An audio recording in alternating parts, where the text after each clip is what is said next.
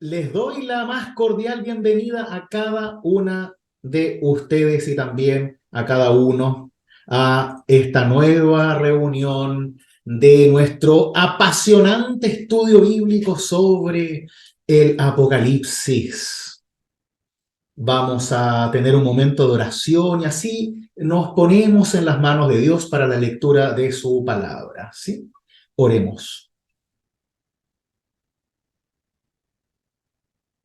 Amado Padre Celestial, tú que estás siempre con nosotros, tanto en el cielo como en la tierra, permítenos conocerte a través de Cristo, de modo que en sus pasos, en su predicación y también en aquellos a quienes dejó sus enseñanzas, su fe y su salvación, podamos también nosotros recibir de ello, recibir también esas blancas vestiduras y encontrarnos salvados por la fe en el mismo Cristo.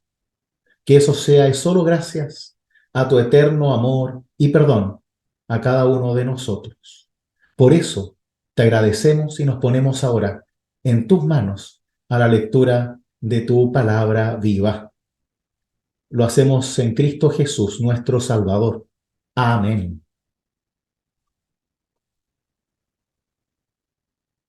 Muy bien, queridas. Estuvimos viendo la semana anterior una visión desde el cielo, en donde un grupo de estos personajes, los cuatro seres vivientes y algunos ancianos y los ángeles, se presentaban de una forma terrorífica.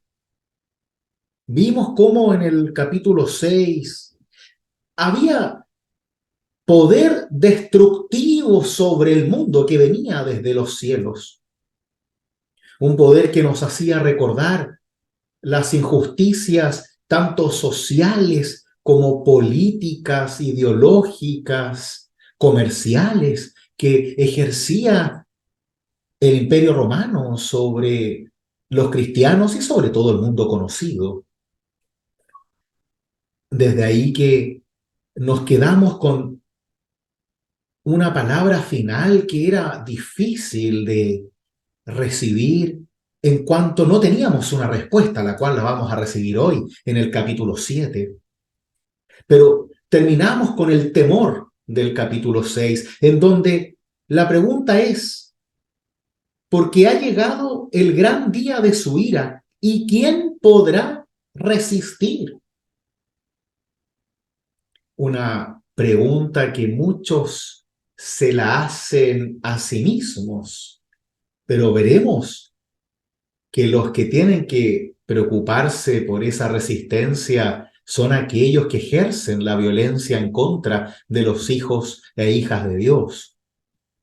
Ellos son los que van a claudicar, van a caer, porque la salvación que el imperio ofrece no es una salvación real, sino que es solo algo humano. Son luces que iluminan como unos fuegos artificiales y nos hacen maravillarnos, pero que luego se apagan.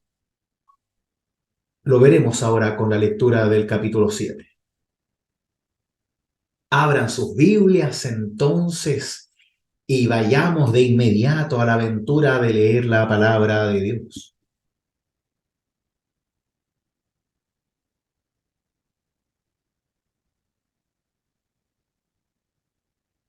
Dice así: después de esto, vi a cuatro ángeles que estaban de pie en los cuatro puntos cardinales y sujetaban a los cuatro vientos para que no soplaran sobre la tierra, ni sobre el mar, ni sobre los árboles. Luego vi a otro ángel que subía del oriente, llevando el sello de Dios vivo, y comenzó a gritar con voz potente a los cuatro ángeles que habían recibido el poder de dañar a la tierra y al mar.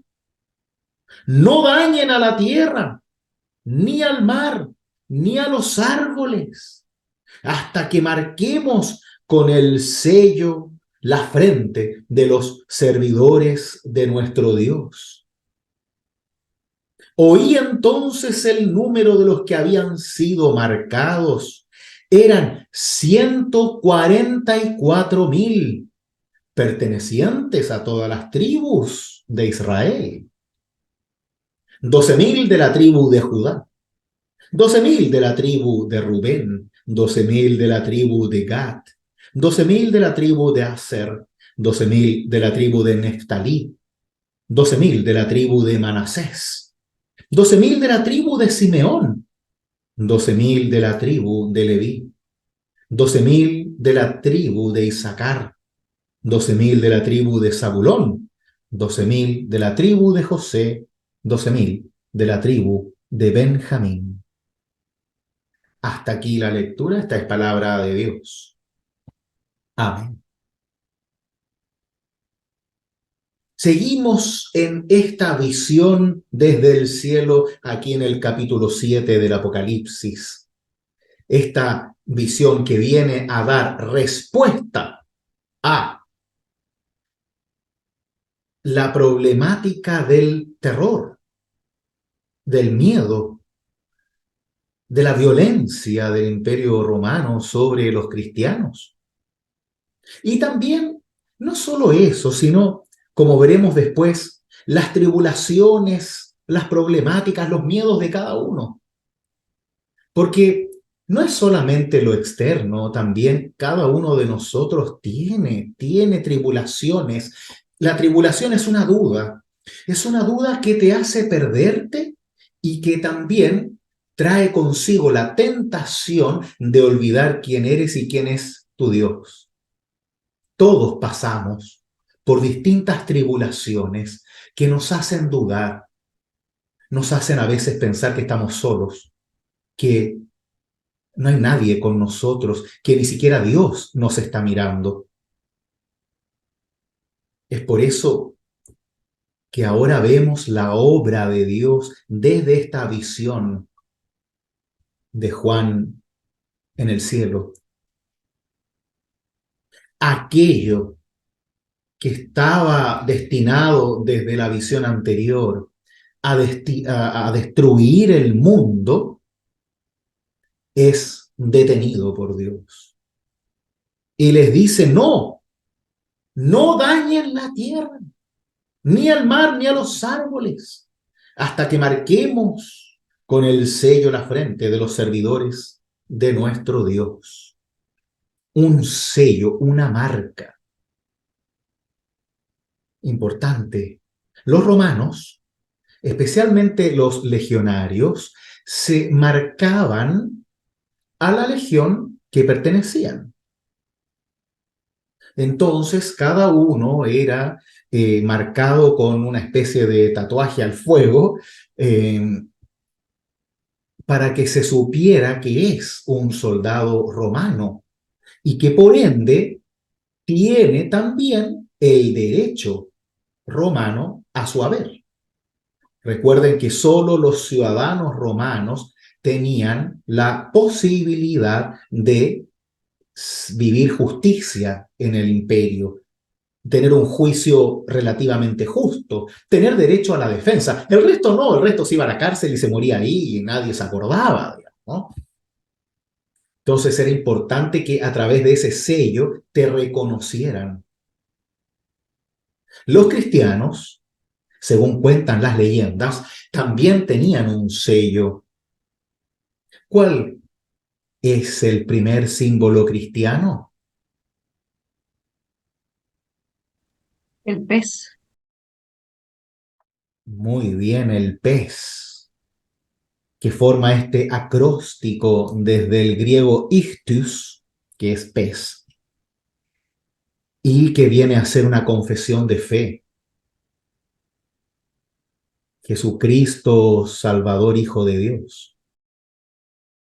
Y decían que junto con el bautismo, como Juan había dicho que Cristo iba a bautizarlos en el agua y en el fuego.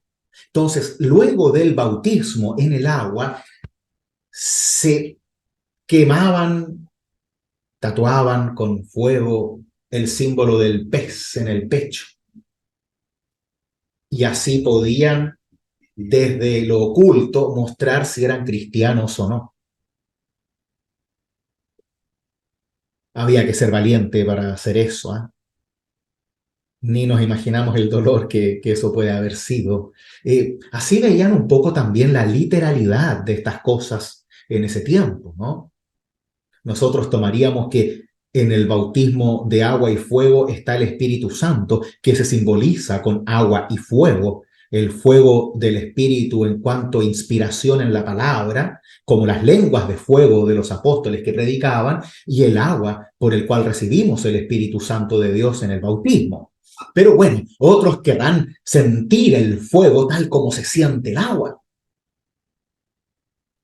Entonces los cristianos, de alguna manera, también necesitamos un sello, algo que nos haga diferenciarnos de los demás, más aún de los malos, que ya tenían sus diferencias.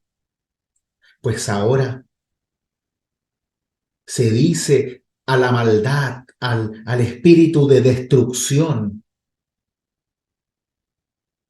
que no haga nada todavía, hasta que se reconozcan los sellados. Nuestro sello bautismal es un sello interior, no se nota, salvo por las obras y por tu fe. Acá necesitamos un sello que haga reconocer a los cristianos. No sé si esto automáticamente no les evoca al relato del Éxodo, ¿no?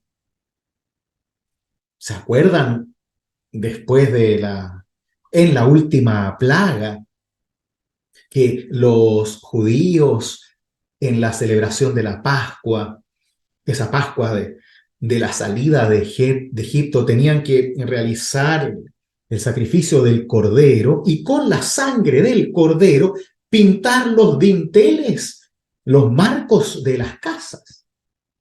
Y con eso, el espíritu que iba a asesinar a los primogénitos de los egipcios como última plaga para que dejaran ir a los israelitas, no entrara en las casas de ellos, sino solo en las casas de los malos.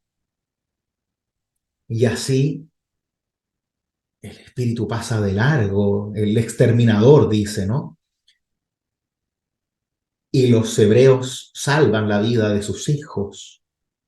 De alguna manera u otra se evoca esta salvación por mano de Dios, con una marca. No se nos dice qué tipo de marca. Al parecer esta marca es algo que Dios necesita ver más que los seres humanos. Es una marca que tiene que estar primero en tu corazón antes que llenarte de tatuajes y cosas en tu cabeza que te hagan sentirte superior a los demás. Porque lo que necesitamos es fortalecernos como cristianos. Y esa marca tuya, que es dada por Dios, el sello de Dios, debe verlo otro cristiano, que tiene que entender que puede confiar en ti, que puede poner su vida en tus manos, porque tienen el mismo Dios, el mismo amor, la misma pasión por Cristo.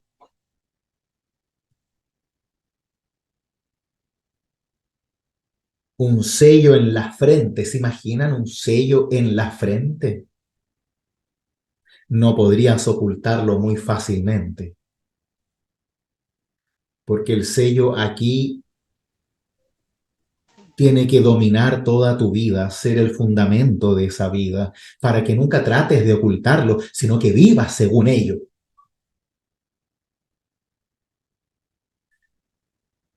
hasta ahí nomás llegamos.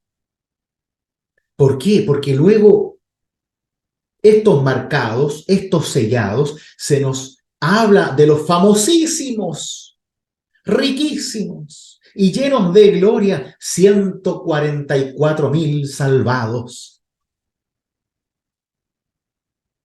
Perdón. Y ese sello en la frente, bueno, yo creía que era como la cruz en el miércoles de ceniza. Me imaginé yo, pero no sé, no. No, no, no. Es que justamente dije eso recién, que ese sello debemos imaginarlo nosotros, Karen, para bien. ¿Por qué? Porque la invitación no es a que cada uno de nosotros se haga un tatuaje de Cristo en la frente. Yo digo con respecto al relato, como dice que fue el sello en la frente. Claro, me encantó lo que tú dijiste, que tiene que ser algo, una marca interna de nosotros.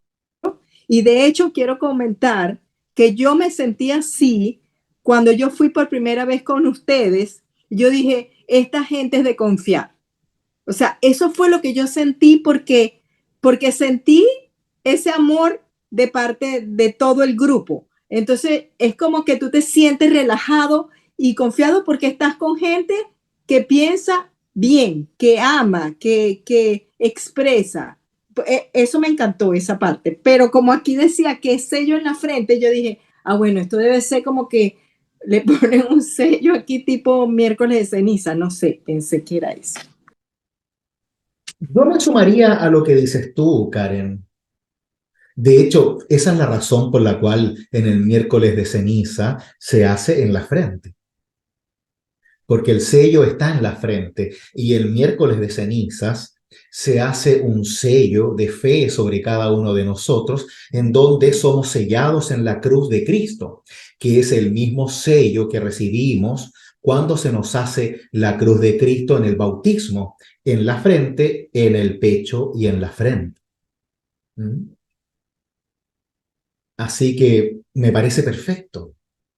Puede ser también otra cosa, ¿ah? Pero creo que como tú lo imaginas, es maravilloso. ¿Por qué? Porque esas cenizas después, bueno, se van, uno se ducha, etcétera.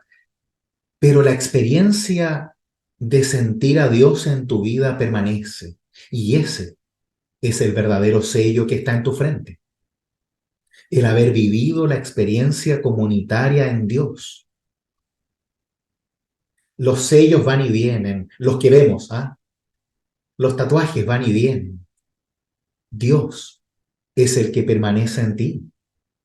La experiencia de Dios bien vivido en comunidad, eso es lo que permanece en ti.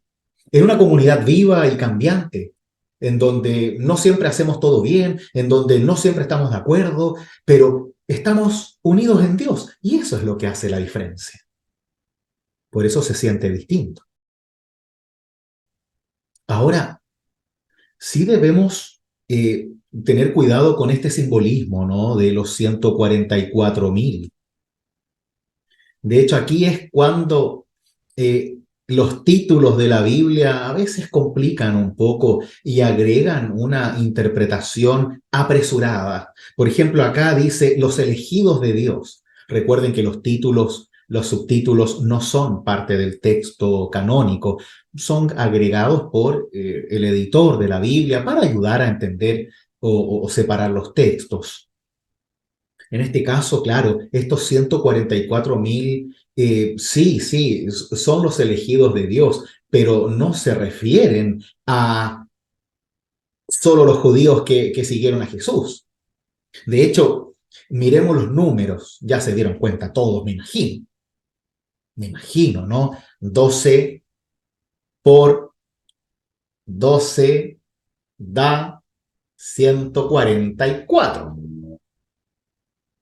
lo sabemos. Entonces, ¿qué es lo primero que pensaron cuando vieron 144.000 y 12 por 12?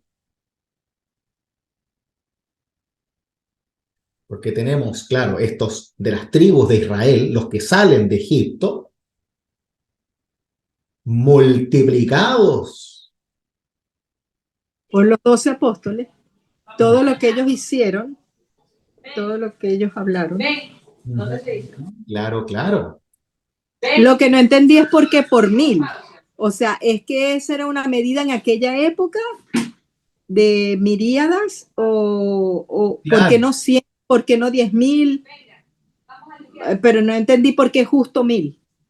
Porque mucho más no había tanto en la época. Tú no podías decir 12 millones. Eso era como difícil de contarlos. Si se dan cuenta, siempre aparecen miles en la Biblia. Los 5.000 de los panes y los pescados, 1.000 por allá, 1.000 por acá. 1.000 es como decir mucha, mucha, mucha gente. Muchos panes, muchos pescados. ¿Sí? Y es como decir 12 muchos, 12 un montonazo, 12 caleta y todos los sinónimos habidos y por haber, ¿sí? Recuérdense que la gente no contaba en esa época, o sea, y hoy día tampoco. Si tú vas a un concierto y después te dicen, o un partido de fútbol, mira, hubo como 12.500 personas, sí, pero no sé, no eran 12.500. Es como que se ven 12.500. Dice que 12 es la cifra de la plenitud, porque Juan hace como un análisis al finalizar el Antiguo Testamento de cómo se comportó el pueblo de Israel. Entonces ahí analiza y llega a esa conclusión, que es como todos los que lo siguieron, los que no lo siguieron, y en el fondo refleja, como dices tú, los diferentes pueblos, las diferentes costumbres, las diferentes realidades, y ahí se representa con el sello cristiano. Y ese 2 significa como lo máximo, es como lo más grande que existe, como lo mejor. Así como que lo dice, como lo superior. Claro, claro, el tema es que en la Biblia normalmente es el número 7, de la completitud y la totalidad, aunque si bien Juan acá en el Apocalipsis sí lo usa también el 12, pero el 12 y especialmente en este caso siempre nos va a hablar del pueblo de Dios. Recordemos que las 12 tribus son las 12 tribus hijas de Jacob, los 12 hijos de Jacob. La hija, por lástima, Dina no cuenta porque es mujer. No tenían tantos avances como hoy. 12 hijos varones de Jacob, después 12 tribus de Jacob. Jacob se le cambia el nombre a Israel, 12 tribus de Israel, y luego son el pueblo de Israel, y ese nuevo pueblo de Israel se va a reflejar en los 12 apóstoles que van a extender este pueblo de Israel a toda la iglesia. Claro, y como dice Daniel, eso se va manifestando dentro de las promesas de Dios, que se van extendiendo desde la salvación de un pueblo con nombre y apellido a una salvación a todos los que creen, que es la promesa final de Cristo en su Pascua. Entonces tenemos una primera Pascua, que es la salvación de un pueblo pequeño. Y la segunda Pascua, la Pascua de Cristo, es la salvación del pueblo interminable, de los miles de Dios. De ahí que pensamos en estos 144.000, no como lo creen los testigos de Jehová, ¿no es cierto? Que creen que son, o creían al menos, que eran justos 144.000 y literalmente sumaban tú sí, tú no, tú sí, y tenían una lista hasta que la lista no dio más, eran más de 144.000, empezaron a dejar fuera a las personas que se supone que no se iban a salvar. Después había que sumar a cuántas personas tú habías convertido, entonces sumabas más puntos, y hasta el día de hoy ahora son 144.000 extendidos. Pero bueno, no sabemos claramente esa realidad. ¿Por qué? Porque esta realidad de Dios es extensiva a la fe. Lo vamos a ver en la segunda parte del capítulo. en esa segunda parte en donde ya la cosa empieza a tomar carne, porque si son los 12 apóstoles con las 12 tribus y todo eso forman la historia del pueblo de Dios, ese pueblo ahora somos nosotros, ya no son los apóstoles, ya no son las tribus hijas de Jacob, somos los creyentes, los santos de Dios, los bautizados, los que creen en Dios. Desde ahí que esto supera las tribus, supera a los apóstoles, nos supera también a nosotros, porque la salvación de Dios está pensada como reino, no como un barrio. Y el reino de Dios es también la creación de Dios. Por supuesto que hay un guiño, como dice Daniel, hay un guiño hacia el pueblo de Israel, como los judíos. ¿Por qué? Porque ellos son buena parte de los lectores de este libro, tal como se hacen anotaciones en todo el Evangelio de Mateo sobre el Antiguo Testamento. Acá vemos que hay una invitación hacia los hebreos, los israelitas, los judíos, a entenderse con una salvación de la cual ellos son parte, pero que también excede el pueblo, el idioma, tu sangre. ¿Por qué? Porque nosotros tenemos el bautismo, los judíos la circuncisión.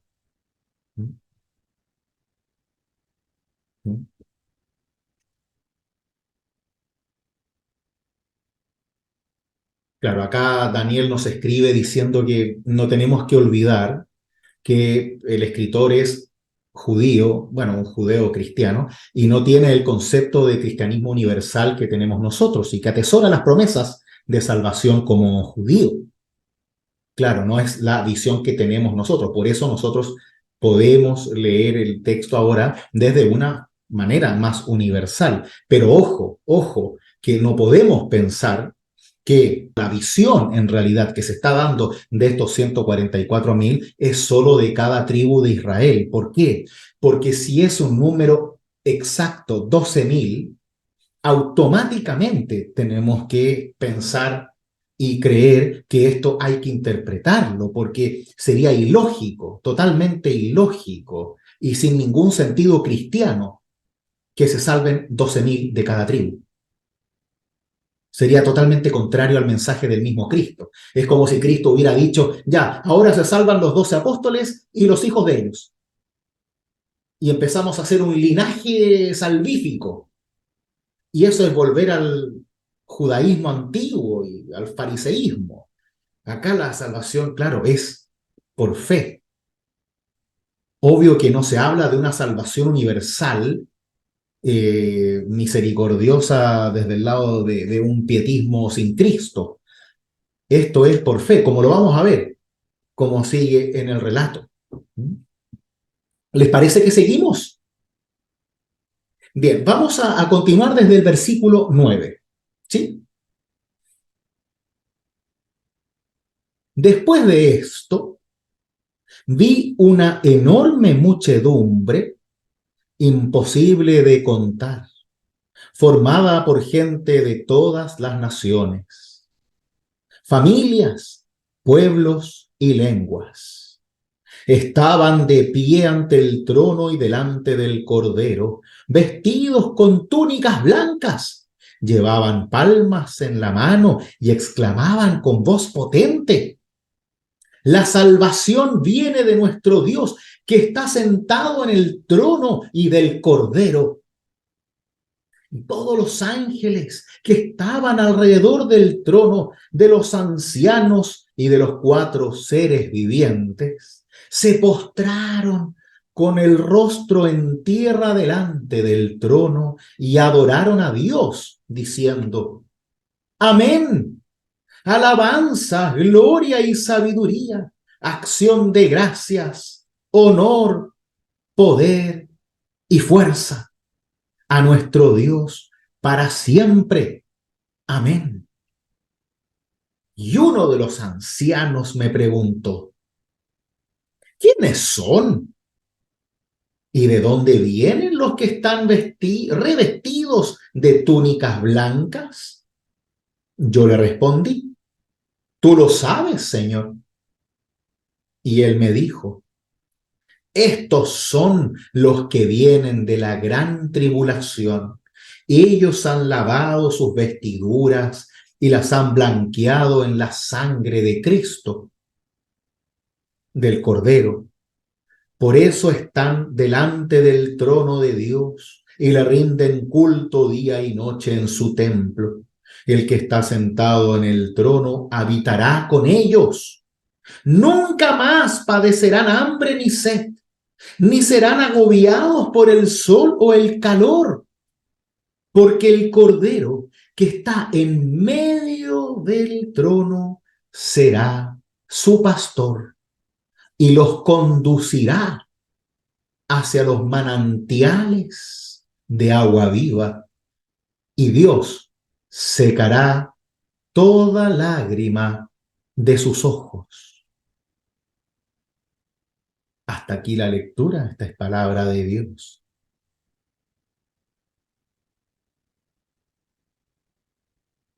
Se me pone la piel de gallina con esto, es muy profundo, muy fuerte, porque no solamente habla de una salvación basada en Cristo y no en tus obras.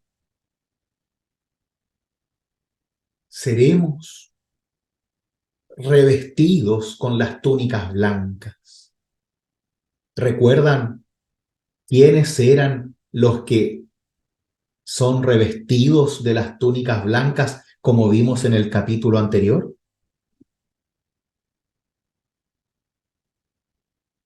Los mártires, los vencedores por medio de la fe, los que vencieron el miedo a la muerte y continuaron creyendo en Dios hasta las últimas consecuencias. Los que escuchan la voz de los ángeles que dicen que la salvación viene de nuestro Dios, que está sentado en el trono y del Cordero. La salvación no viene del imperio, la salvación no viene de tus obras, la salvación no viene por tu apellido, ni por tu historia, ni por tu tradición. La salvación es traída por Dios hacia ti.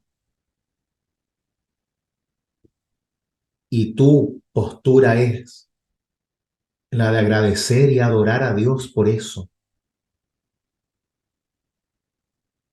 junto a todos los hermanos y hermanas, y poder decir amén, alabanza, gloria y sabiduría, acción de gracias, honor, poder y fuerza a nuestro Dios para siempre. Amén, que así sea, así sea. ¿Por qué? Porque somos los que venimos de la gran tribulación. No podemos ver esta gran tribulación como un momento único en la historia. No podemos ver esta gran tribulación únicamente como una problemática con el Imperio Romano. Si acá la salvación es para los creyentes, los que siguen al Cordero, los que son salvados y revestidos por su sangre, y no por la sangre de los corderos sacrificados a los ídolos o en el templo de Jerusalén, ni en los rituales romanos. Es Cristo, el Cordero que quita el pecado del mundo. Pues Dios quiere que tú sepas que Él ve, conoce, vive las tribulaciones contigo. Ese miedo que tú ahora tienes, ese camino que no se encuentra, esa pérdida que permanece como un gran dolor, esa lágrima que no podemos detener. Dios se acerca a ti se acerca a ti para decirte que ya llegará el momento en que dejarás de sufrir. Llegará el momento en que ese dolor no va a ser el centro de tu vida ni aquello que dictará tus decisiones, porque ya nunca más padecerás hambre ni sed, ni serás agobiado por el sol o el calor, porque ya no va a depender de ti. No tienes que ser perfecto, perfecta. Solo tienes que creer y confiar en Dios, porque es el Cordero tu pastor. En Él ponemos la confianza, no en el pastor de turno como uno, no en Cristo, porque Cristo es el único que no falla, Cristo es el único que tiene la verdad y Cristo es el único que te da agua viva en unos manantiales interminables. ¿Para qué? Para que en tu tribulación, en este momento de dudas, de dolor físico, de emociones encontradas, tú tengas una certeza, una seguridad, una sola. Y es que es Dios quien te acompaña en todo eso. Es Dios quien sufre contigo. Es Dios quien va a secar cada lágrima, las que han caído y las que aún falta por caer. Porque es precisamente en la tribulación que conocemos a Dios. Porque ahí nos damos cuenta de todo lo que lo necesitamos. Dejamos de vivir altaneramente y llenos de orgullo, creyendo que todo lo podemos solucionar solos.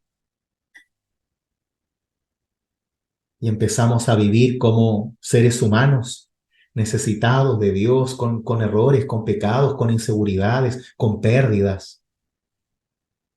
Pero que en todo ello sentimos la presencia de Dios. ¿De qué te sirve vivir la injusticia solo, sola, si Dios está contigo?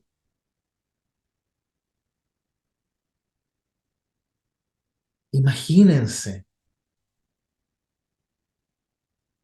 lo que es para una persona creyente sufrir la realidad de la vida sin Dios.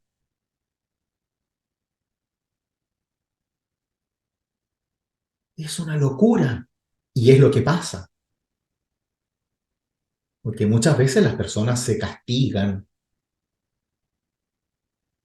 se sienten culpables o empiezan a decir estas cosas que, bueno, Dios sabe por qué hace todo eso y te está probando, etcétera, y a la larga te hacen creer que tú mereces el mal que estás sufriendo. Te hacen creer que Dios te está mirando, pero que no está contigo. Te hacen creer que no eres suficiente, que nunca eres suficiente. Porque el mundo dice eso. Eso es lo que refleja el imperio. Pero para Dios sí eres suficiente.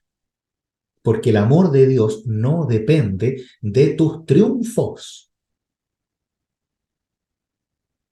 sino que se ve más en los fracasos. Porque Dios nos hace fuertes en la debilidad. Y solo aprendiendo a ser débiles es que realmente podemos ser fuertes. Solo llorando podemos aprender a secar lágrimas. Solo aceptando y superando las tribulaciones podemos realmente sentirnos salvados por Cristo. Porque es ahí en donde realmente somos creyentes y empezamos a vivir. Si no, lo demás es ya cantar, juntarse a hacer cositas y todo, pero No tiene ni un sentido si esto no te ayuda a vivir mejor, a vivir con Dios en el dolor y también en la alegría. Por eso acá esta gran pregunta, ¿por qué a mí, Señor? No tiene ni un sentido, ninguno, porque Dios no está para calmar todas las tormentas, está para calmarte a ti. La tormenta va y viene, y van a ver, claro que sí. La pregunta es, ¿qué haces tú con eso? ¿Y cómo permites que Dios te acompañe en cada una de esas tormentas que te toca vivir? Porque esto es vida real, queridos míos, esto no es ir a un mundo de Bills y Pap, un paraíso celestial de película. No es así. Nosotros como cristianos aprendemos a vivir en un mundo real, con un Dios real también. Y eso es lo que debemos mantener, cuidar y abrazar con todas nuestras fuerzas. Que de otra forma, Dios se nos va de las manos, que queremos controlarlo en vez de amarlo.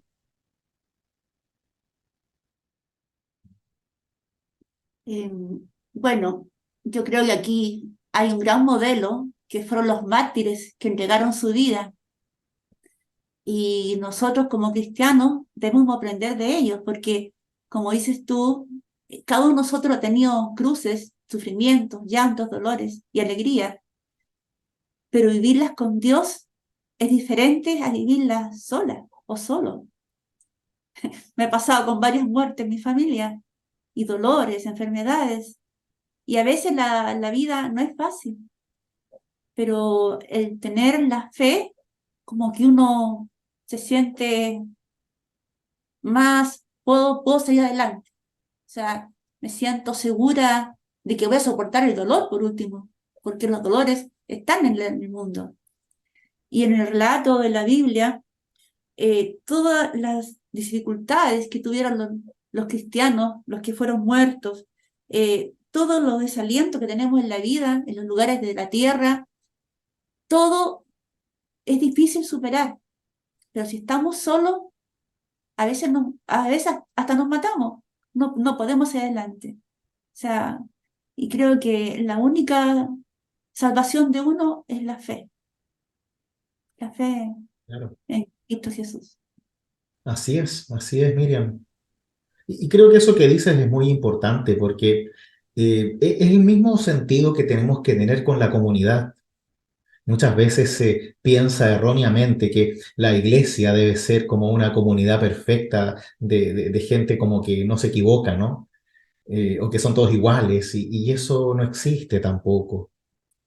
Tenemos que ser una comunidad que está basada en el amor de Cristo y en el perdón de Cristo, no unidos por nuestras simpatías personales, no unidos por nuestros hobbies. O sea, acá no importa con quién tomo cerveza, con quién voy al cine, con quién salgo a correr, con quién juego y con quién tiro chistes.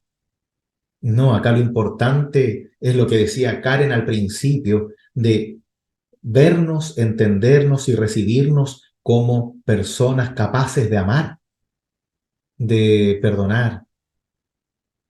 Y eso es lo que debe ser la iglesia, no de gente que se cree perfecta o que puede juzgar a los demás con altura de miras y que se cree superior. Eso no es la iglesia en verdad. Esos son los que se creen de los 144.000, que pueden apuntar con el dedo a otro que no es de esa suma, digamos. Imagínense la arrogancia que eso conlleva. Es realmente patético pensar el solo hecho de que tú te salvas por tus méritos y el de al lado no.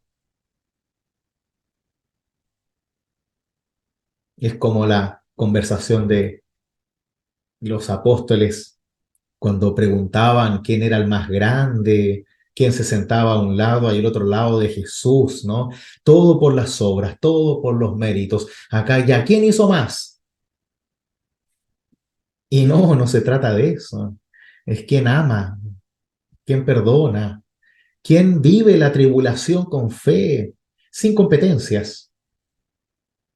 Porque acá no importa si tú eres creyente desde el día uno en que naciste o el último respiro de tu vida. Lo importante es que creas y que cuando nos juntamos los creyentes, seamos creyentes de verdad y no solo personas que se creen superiores al resto. Esa es nuestra gran prueba, creo yo. Más que Dios probándonos, como muchos creen, es nosotros mismos probándonos entre nosotros mismos para ver si somos dignos, aptos, capaces de amar y perdonar como Cristo nos enseñó a hacerlo,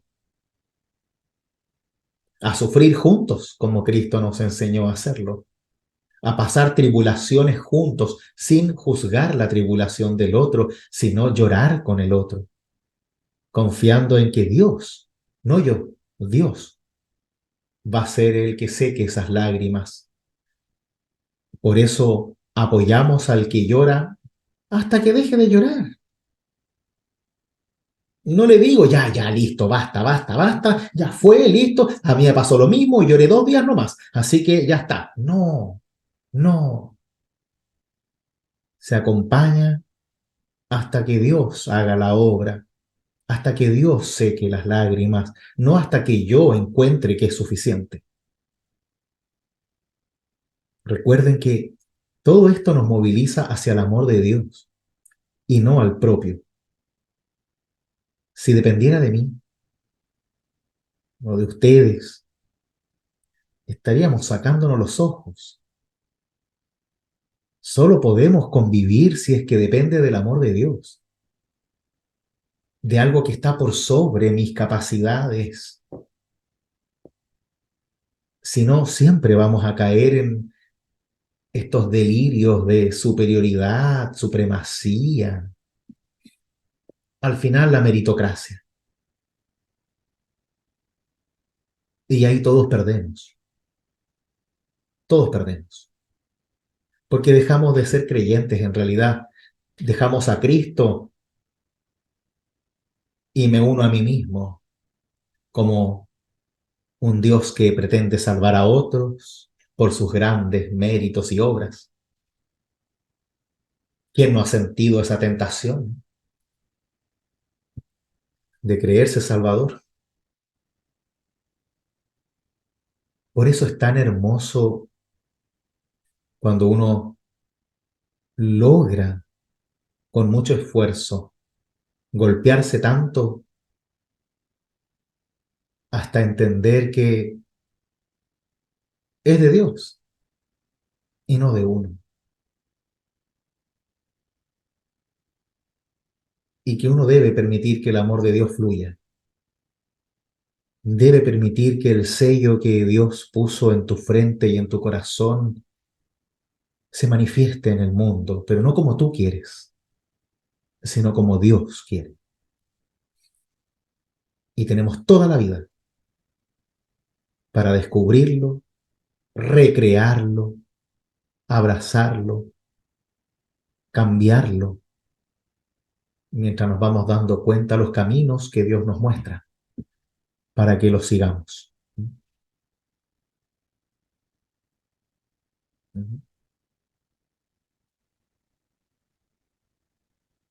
Esto es lo hermoso de la vida cristiana.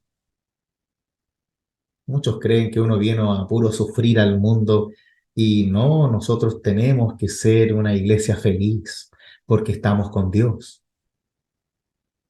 Y todos con nuestras tribulaciones y preocupaciones, claro, esos van a seguir estando ahí, como la ropa sucia antes de lavarla, ¿no? Y va a seguir estando ahí hasta que la laves.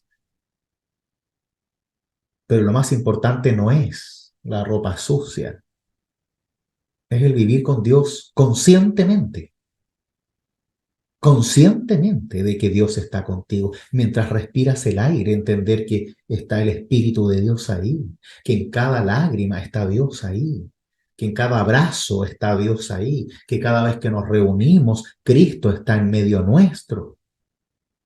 De eso se trata la fe.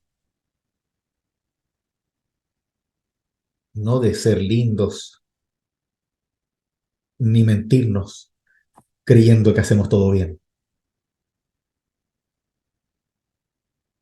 Por eso seremos revestidos con las vestiduras blancas.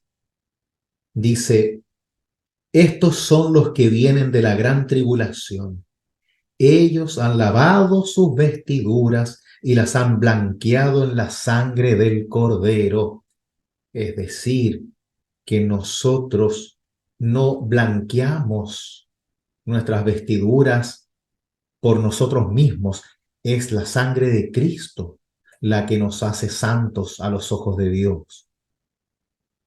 No los méritos de cada uno, es Cristo en la cruz, dando su vida por nosotros, el verdadero manantial de agua viva que hace de nosotros creyentes para salvación,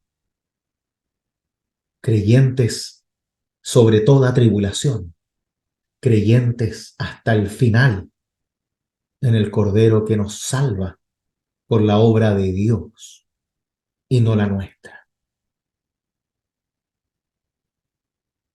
Por eso Él es nuestro único pastor.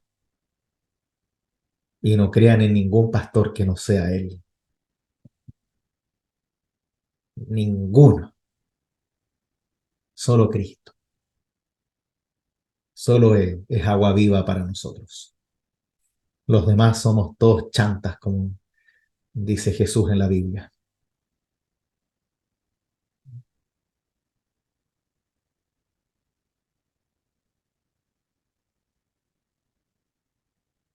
Tal como dice en el mismo versículo 10, la salvación viene de nuestro Dios, que está sentado en el trono y del Cordero. Nunca olvidamos eso. Yo creo que ese debería ser nuestro sello en la frente. La salvación viene de Dios.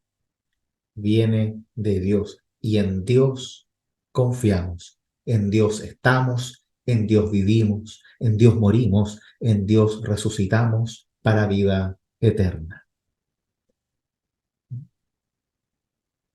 Miriam. Agregar algo, yo pienso que, o sea, tenemos que reconocer en vida que toda sabiduría viene de lo más alto, de Dios, y Él guía nuestros pasos día a día. Y los cantos y las alabanzas son una forma de dar gracias a Dios, porque Claro. estaban cantando y están tan gracias a Dios por lo que está pasando, porque en el fondo fueron bendecidos, son creyentes que se salvaron. Es una forma de dar gracias a Dios. Eso, Claro, que se están salvando en tiempo presente, claro. que En un rinden tiempo culto. complejo, en un tiempo difícil, Ujú. se están salvando, eso. Sí. Bueno, esa es la paz de Dios, ¿no? El hecho de poder vivir en paz dentro de las batallas, dentro de la guerra, dentro de la tribulación. La paz de Dios está con nosotros, porque Dios está con nosotros. Y eso calma nuestros corazones. Nada más. Por eso damos culto día y noche en su templo, tal como decía Miriam, ¿no? Porque no podemos hacer otra cosa que agradecer a Dios por esta maravilla de regalo que nos da. Poder vivir con Él, poder confiar en Él, poder sacarnos el peso de la salvación personal para empezar a confiar en la salvación de Cristo, en la sangre del Cordero, en la cruz, y no en nosotros mismos.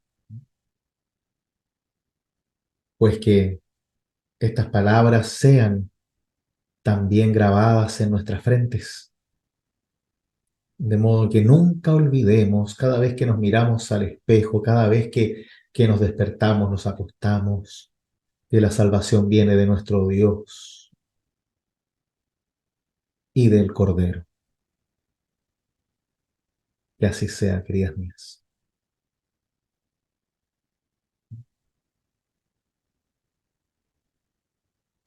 Muchas gracias. Estuvo extraordinario.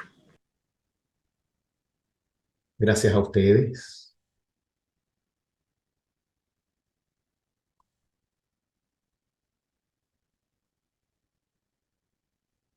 Sigamos leyendo, sigamos recibiendo esa confianza en Dios. Lean el capítulo 8 para la próxima semana, ¿sí? Y ahora sí nos vamos con un sello muy particular. Y vamos a dar gracias a Dios por ello en la oración. Oremos.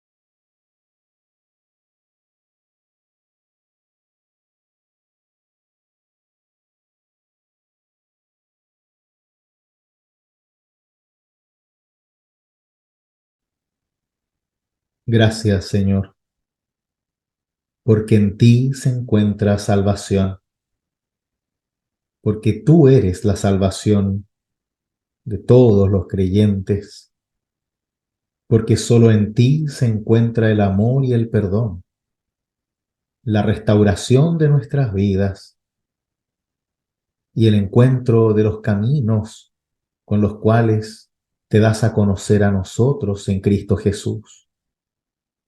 Gracias porque tú haces todo esto por amor a nosotros. Ahora ayúdanos a entender que este amor es gratuito, que solo va a hacer de nosotros verdaderos cristianos, también aptos y capaces de amar a otros, de perdonar a otros, como tú también nos perdonas a nosotros. Quédate muy cerca nuestro y pon siempre tu palabra frente a nuestros ojos para que no vivamos cada uno buscando salvarse a sí mismo, sino que nos encontremos juntos y de la mano, siendo salvados por Cristo, mientras servimos a nuestros prójimos, amamos a los que nos rodean y perdonamos a aquellos que nos hacen daño. Nos entregamos en la confianza a ti y en tus manos, Señor, en nombre de tu Hijo Jesucristo, el único Salvador. Amén. Que la bendición de Dios, que es Padre, Hijo y Espíritu Santo, las conserve en la fe, ahora y siempre. Amén.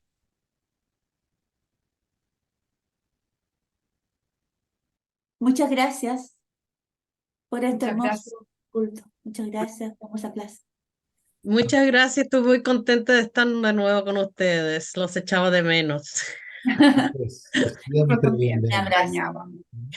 Cuídense mucho y nos estamos viendo pronto.